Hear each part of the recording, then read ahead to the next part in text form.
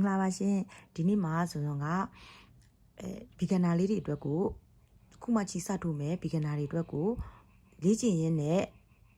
ခေါင်းစည်းကွန်းလေးသို့မဟုတ်ကလစ်ကလေးရဖို့အတွက်ကိုဖဲပွင့်ပုံစံလေးထိုးပြပေးသွားမှာပဲဖြစ်ပါတယ်ဘီဂနာလေးတွေစပြီးတော့လိုက်ထိုးလို့ရပါတယ်ဒါကတော့ဒါဇွန်3မှာတော့ဒီချီကတော့ mid cotton 5 line လေးနဲ့ပဲထိုးပြပေးသွားပါမယ် S-side ကိုနံပါတ်3သုံးထားပါတယ် S-side နံပါတ်3ပေါ့နော်ဒါလေးရဲ့ပြီးတော့ကတ်ကြီးလေးတွေမှတ်ကြီးလေးတွေဒီအက်ကလေးတွေပေါ့နော်ပြီးတော့ကျွန်တော်ဒီ project ကိုတိုင်မှုအတွက်ကိုပေကျိုးလေးလည်းပေကျိုးသို့မဟုတ်ပေတံလေးလည်းစောင်းထားပါမယ်ကဲပထမဆုံးအနေနဲ့ဆိုတော့ကဒီ project လေးအတွက်ဆိုလို့ရှိရင် chain လေး21ခုစပြီးတော့ထိုးလိုက်မယ်နော် stick knot လေးလုပ်ပြီးတော့ chain လေးတွေ21ခုစုံကိုပထမဆုံးထိုးခဲ့ပြပါနော်ခုဆိုတို့ chain လေး21ခုထိုးခဲ့ပြီဆိုလို့ရှိရင်ဒီမှာတိုင်တူထိုးတဲ့အတိုင်းပေါ့နော်တင်ခဲ့တဲ့အတိုင်းပဲဒီပထမဆုံးပုံမီချမ်းလေးမှာဆိုတို့တိုင်တူလေးမထိုးဘူးသူ့ရဲ့ရှေ့ချမ်းလေးမှာတိုင်တူလေးထိုးခဲ့မယ်နော်အဝင်မယ်ခြီဆွဲမယ်အပေါ်မှာခြီနေပင်ရတဲ့အခါမှာတခါလေးဆွဲထုတ်မယ်နော်အဲ့တော့ဆိုတို့ချင်းက21ခုထိုးခဲ့တယ်တိုင်တူလေးတွေဒီတပေါက်ကျော်မှာထိုးခဲ့တာဖြစ်တဲ့အတွက်တိုင်တူလေးတိုင်20ရမယ်ပေါ့နော်အဲ့ဒါလေးကိုဒီကနေဒီတိုင်တူလေးတိုင်20ထိုးခဲ့ပြပါတို့လေချင်းလေး21ခုပေါ်မှာတိုင်တူလေးတိုင်20ထိုးခဲ့ပြီပေါ့နော်ဒီမှာဆိုတော့မှတ်ကြိတ်လေးမှတ်ပြဖို့မိသွားတယ်ဒီပထမဆုံးထိုးခဲ့တဲ့ဒီဖွမီလေးပေါ်မှာပေါ့နော်တို့ဒီမှတ်ကြိတ်လေးကိုစပြီးတော့မှတ်မယ်နော်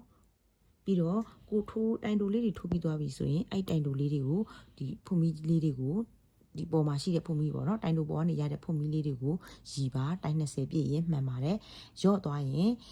ပူလာရင်မှားပါတယ်เนาะတေချာလေးပြန်ထိုးပါခုနောက်တစ်တန်းတက်မယ်နောက်တစ်တန်းတက်ဖို့အတွက်ကျွန်တော်ကချိန်လေးတစ်ခုထိုးလိုက်မယ်ထိုးပြီးသွားရင်ဒီလိုမျိုးလေးတစ်ဖက်ကိုလှည့်လိုက်မယ်เนาะပြန်ပြောမယ်เนาะဒီလိုမျိုးလေးချိန်လေးတစ်ခုထိုးလိုက်မယ်ထိုးပြီးသွားရင်ဒီလိုလေးအသားလေးတစ်ဖက်ကိုလှည့်လိုက်မယ်လှည့်ပြီးသွားရင်ဒီမှာရှိတဲ့သူ့ရဲ့ဒီချိန်ထိုးခဲ့တဲ့ဒီမှာရှိတဲ့ဖုန်မီချမ်းပေါ့เนาะဒီဘက်မှာရှိတဲ့သူ့ရဲ့သူ့တိုင်နဲ့တက်တဲ့အောက်ကဖုန်မီချမ်းထဲမှာအရင်ထိုးမယ်เนาะအက်ကလေးကိုဝင်မယ်နှစ်ချမ်းလုံးမှာဝင်မယ်เนาะဒီဖုန်မီနှစ်ချမ်းလုံးမှာဝင်မယ်ပြီးရင်ကျိုးစာလေးကိုဒီမှာချီကိုအပေါ်တင်ပြီးတော့ဒီလိုလေးဆွဲမယ်เนาะအပေါ်မှာချီနှစ်ပင်အဲ့ဒါလေးကိုတခါကျိုးစာဆွဲပြီးထုတ်မယ်เนาะနောက်တစ်တိုင်းသူ့ဘေးကတိုင်လေးကိုပဲကက်ရက်တိုင်လေးကိုလည်းချီလေးကိုဆွဲဝင်မယ်ပြီးရင်ထိုးမယ်เนาะနောက်တစ်ခါအဝင်မယ်ချီကျိုးစာလေးဆွဲမယ်ပြီးရင်ချီလေးကိုထုတ်မယ်အိုက်တိုင်းလေးပဲထပ်ပြီးတော့ဒီလိုမျိုးလေးထိုးခဲ့မယ်ဒါလည်းတိုင်20ရမယ်เนาะအိုက်တိုင်းလေးကိုစုံကိုဒါတစ်ခါထိုးတော့1 row ပေါ့เนาะအခုတစ်ခါထိုးတော့2 row အိုက်တိုင်းလေးကို6 row ရအောင်ထိုးခဲ့ပြပါเนาะနောက်ဆုံးတန်းလေးရောက်ပြီပေါ့เนาะဒုတိယ row မှာထိုးခဲ့တာနောက်ဆုံးတန်းလေးရောက်ပြီဒီဖူမီလေးသုံးတာလေးကိုစုံပြန်ပြခြင်းเนาะနောက်ဆုံးတန်းလေးရောက်ပြီဆိုရင်ဒီဖူမီချိတ်လေးကိုအသားလေးဖြုတ်လိုက်မယ်ဖြုတ်ပြီးသွားရင်အဲ့ဒီဖြုတ်ထားတဲ့ဖုန်မီချမ်းပေါ်မှာလာပြီးတော့အဝင်ပြီးတော့တတိုင်းထပ်ထိုးမယ်ပေါ့နော်ဒါနောက်ဆုံးတိုင်လေးထိုးတာပေါ့နော်နှစ်ချမ်းလုံးเนาะနှစ်ချမ်းလုံးကိုတေချာလေးကြည့်ပြီးတော့မှထိုးမယ်နော်ဖုန်မီနှစ်ချမ်းလုံးတွေကိုဝင်မယ်ချီဆွဲယူမယ်နော်ထိုးမယ်ကဲဒါဆိုရင်နောက်တစ်တန်းတက်လို့ရပြီနော်နှစ်တန်းပြီးသွားပြီဒါလေးကိုနော်နှစ်တန်းလေးပြီးရမယ်အဲ့တော့ချိန်လေးတစ်ခုထိုးမယ်ထိုးပြီးတော့တစ်ဖက်ကိုလှည့်မယ်လှည့်ပြီးတော့သူ့ရဲ့ chain ဒီဖုန်မီပဲเนาะအဲ့ဒီဖုန်မီပေါ်မှာပဲတိုင်တူလေးကိုထပ်ထိုးမယ်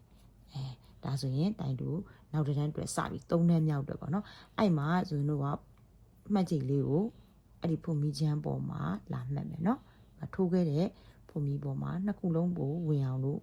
မှတ်ကြိတ်လေးကိုမှတ်လိုက်မယ်เนาะစမှတ်လေးမှတ်လိုက်တဲ့ပုံစံပေါ့เนาะအဲ့လိုလေးကနေပြီးတော့ထပ်ပြီးတော့ဒါ3လို့မြောက်ကိုထိုးပါအဲ့လိုပဲ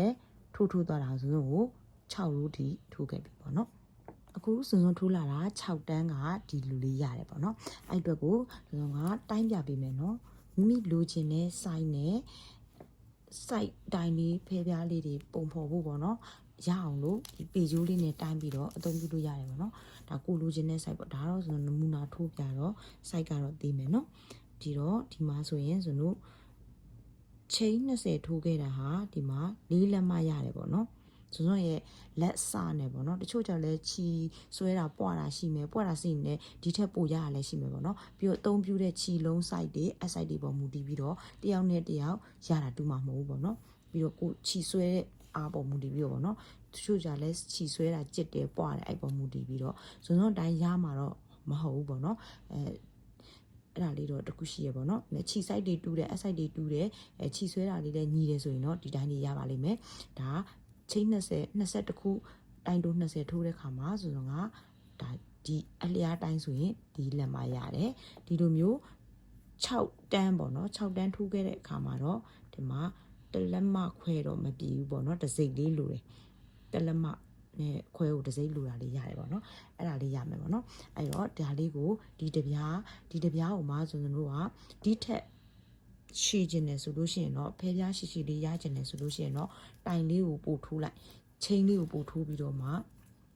ဒါတိုင်းကြည့်လိုက်ပေါ့နော်ချိန်လေးကို8လက်မထိထိုးမယ်ဆိုလဲချိန်လေးကိုထပ်ထိုးလိုက်ဒီမှာ20ဆိုတော့20ထိုးခဲ့တာက21ထိုးခဲ့တာ4လက်မရတယ်ဆိုရင်နောက်ထပ်40ဆိုလို့ရှိရင်ချိန်42ထိုးမယ်ဆိုရင်ဒီ8လက်မလောက်ရမယ်ပေါ့နော်အဲ့လိုမျိုးထိုးခဲ့ခြင်းလေဆိုရင်လည်းထိုးခဲ့ပြီးရင်အပေါ်တော့ဆိုတော့2လက်မလောက်လိုချင်တယ်ဆိုရင်နောက်ထပ်တန် row လေးတွေထပ်ပြီးတော့တန်းလေးတွေတက်သွားပေါ့နော်အခုကတော့ဆိုတော့နမူနာဆိုတော့6တန်းပဲထိုးပြမယ်8တန်းလောက်ထိုးဒီလိုအရှည်ကို8လက်မလောက်ထိုးမယ်ဆိုရင်တော့ကျွန်တော်2လက်မလောက်ထိုးတာတော့ပို့ပြီးတော့ကောင်းတယ်နော်နောက်ထပ်တန်းလေးကိုဒီ2လက်မလောက်ထိတက်လိုက်ပေါ့နော်အပေါ်တန်းလေးအဲ့လိုဆိုရင်ဖဲပြားအကြီးလေးရမယ်ဒါကတော့တည်တည်ပဲရမယ်နော်တို့ကလစ်တို့ခေါင်းစည်းကွင်းတို့မှာတက်လို့အဆင်ပြေတယ်ပေါ့နော်ဒီဖဲပြားလေးတွေကအဲ့တော့ဒီလိုမျိုးလေးကျွန်တော်ကဖဲပြားလေးကိုဒီလိုလေးခောက်မှာပေါ့နော်ခောက်လိုက်မယ်ဒါကိုကျွန်တော်ညှက်လိုက်တော့မယ်နော်ကျွန်တော်ဒီလောက်နဲ့ပဲနမူနာထိုးပြတာဆိုတော့ရက်လိုက်တော့မယ်နော်အဲကျွန်တော်ဒီမှာဒီလိုလေးခောက်လိုက်မယ်ခောက်ပြီးတော့လက်ချုပ်လေးနဲ့လိုက်လိုက်မယ်နော်လက်ချုပ်လေးနဲ့ပူးပြီးတော့ချုပ်ထားလိုက်မယ်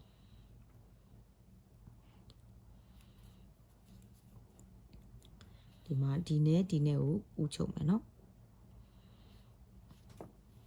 အဲ့တော့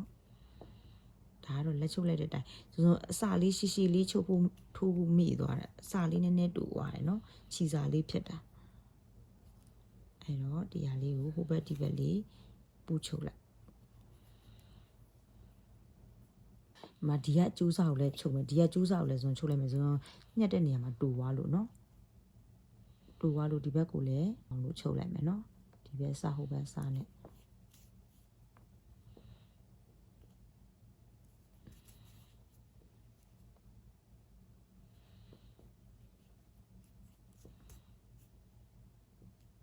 ဒါအလဲထဲမှာသွားမှဆိုတော့ဘလူးချုပ်တော့ရတယ်နော်ကဲဒါဆိုရင်တော့ထားလိုက်တော့မယ်နော်ပြီးရင်ဒီမှာဒီလူလေးရမယ်နော်အဲ့ဒီရတာလေးကိုဆိုရင်တို့ကခောက်မှာပေါ့နော်ဒါလေးညှက်လိုက်တော့ဒီမှာဒီလိုလေးရှုံလိုက်မှာနော်ရှုံလိုက်မှာဖြစ်တဲ့အတွက်ဒီမှာကျိုးဒီဟာလေးကိုခောက်ပြီးတော့မှဒီမှာ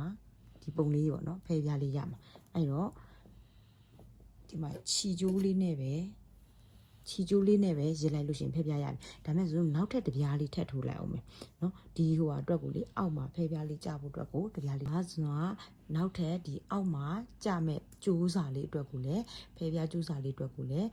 ဒီတိုင်းလေးပဲချိန်21ခုနဲ့တန်းကိုကြတော့အပေါ်တန်းကိုကြ3တန်းထိုးလိုက်တယ်ပေါ့နော်မိမိတို့အဆင်ပြေသလိုပေါ့နော်ဖဲပြားအကြည့်အသေးရချင်သလိုမူတည်ပြီးတော့ထိုးလို့ရပါတယ်ကျိုးစာလေးကိုလည်းထိုးခဲ့တဲ့အစာကျိုးစာလေးကိုလည်းဒီအောက်မှာတစ်ခါသွားမယ်ခြိသိမ်းတာနော်ပြီးရင်ဒီအနောက်ဘက်က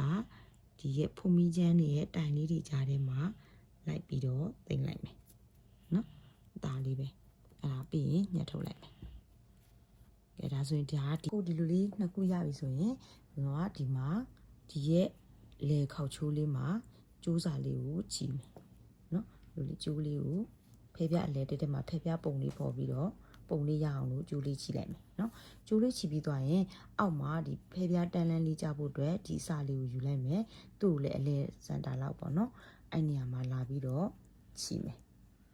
ရက်လိုက်မယ်နော်ဒီလိုမျိုးလေးရပြီဆိုရင်ဒီလိုဖဲပြားပွင့်ပုံလေးပေါ်ပြီပေါ့နော်ဒီပုံမှာကလစ်နဲ့တက်ချင်ကလစ်ပေါ်ကိုကော်စက်လေးချပြီးတော့တက်လို့ရတယ်နော်ဒီမှာဆိုတော့မှာရှိတဲ့ခေါင်းစည်းကွင်းလေးမှာတစ်ခါတည်းချိပြလိုက်မယ်နော်ဒီမှာဒီဘက်ကိုလှည့်မယ်နောက်ဘက်ကိုလှည့်ပြီးတော့ခေါင်းစည်းကွင်းလေးကိုယူလိုက်မယ်ဒါဆိုတော့ရှိတဲ့ခေါင်းစည်းကွင်းနော်ရှိတဲ့ခေါင်းစည်းကွင်းဖြစ်တဲ့အတွက်ဒီကနေဒီမှာခေါင်းစည်းကွင်းအဝဒီကနေပြီးတော့ တခါတည်းခေါင်းစည်းကွင်းနဲ့ပါတခါတည်းမြဲသွားအောင်ချိန်လိုက်မယ်နော်အဲတော့ဒီအောက်မှာကြိုးစားလေးကိုယူမယ်တခါတည်းဆွဲလိုက်နည်းနည်းလေးမြဲရင်ရပါပြီခြီလေးနဲ့ဆိုမြဲတော့မြဲပါတယ်နော်အဲ့ဒါကိုမှကျိုးနဲ့တခါပြန်ပြီးစီးလိုက်တော့မယ်မြဲအောင်လို့နော်ထုံလိုက်တော့မယ်ကြိုးစားလေးနဲ့နောက်တစ်ခါမြဲအောင်လို့ထပ်ပြီးတော့ခြီလိုက်လဲရတယ်ဒါကတော့တိုင်တူလေးကိုအလွယ်တကူအသုံးပြုပြီးတော့ဒါဖဲပြားလေးပေါ်ပြီးတော့ဒါ accessory လေးလောက်တာပေါ့နော်ဒီဖဲပြားသေးသေးလေးလောက်ပြီးတော့ကလစ်သေးသေးလေးမှလည်းကတ်လို့ရတယ်နည်းနည်းကြီးချင်တယ်ဆိုရင်တော့နည်းနည်းလေးကြီးပြီးတော့ဒီတိုင်တူလေးကိုထိုးလိုက်ပေါ့နော်ဆိုတော့တိုင်ပြသလိုမျိုးလေးထိုးလိုက်လို့ရပါတယ်ကဲဒါဆိုလို့ရှိရင်တော့ဖဲပြားကောင်းစီကျိုးလေးရပြီပေါ့နော်ဒါလေးကိုတေချာညှက်လိုက်ပေါ့နော်ပြုတ်တော့မထွက်တော့ဘူးတေချာလေးလည်းလှုပ်ထားတာဆိုတော့လေအဲတော့ဒါဆိုရင်တိုင်တူလေးအသုံးပြုပြီးတော့ဖဲပြားလေးကိုအလွယ်တကူထိုးတဲ့နီလေးပဲဖဲပြားကောင်းစီကွင်းလေးရသွားပြီပေါ့နော်ထိုးတဲ့နီလေးပဲဖြစ်ပါတယ်နောက်ထပ်ဗီဒီယိုလေးတွေမျှဝေပေးသွားမှာမို့လို့ဆိုရင်ဒီ page လေးကိုလည်း like and follow လေးလုပ်သွားပေးပါအောင်เนาะကျေးဇူးတင်ပါတယ်ရှင်